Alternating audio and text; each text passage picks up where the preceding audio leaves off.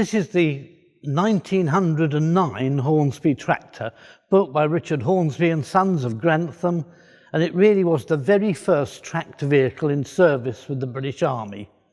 And it really is quite an interesting vehicle. It's powered by a 105 horsepower engine.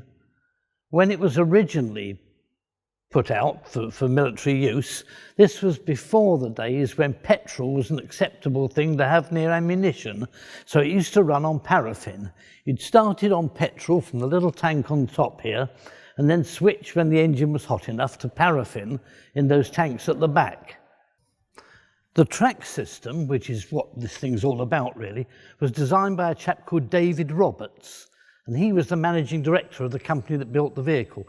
Of course, this wasn't the first vehicle they built. They built a whole load of experimental prototypes, which are really for civilian use. This is really the first one they built for the army, and it makes it quite an amazingly old vehicle, and it still runs. And that's quite an achievement as well. The engine's, say, 105 horsepower, 6-cylinder engine, designed originally to run on paraffin, but then later, after 1911, they switched over to petrol, deciding it wasn't quite as dangerous as they thought it was. The thing's got a steering system which relies on brake differentials, and it's actually extremely simple to drive, except it rocks violently unless it's towing something. The tracks are of the what's called a sort of rigid girder pattern. In other words, they lock out on the way round. They don't go completely flat to the ground. And because of that, they make the vehicle rock to and fro. Also, you'll notice they've filled the tracks with wooden blocks. They're there to make contact with the ground. And the idea is that as you're going along, they take all the wear and tear, and it isn't transmitted to cast parts here. And that's quite good. It means you can change over the wooden blocks fairly easily if you've got a spanner that fits them.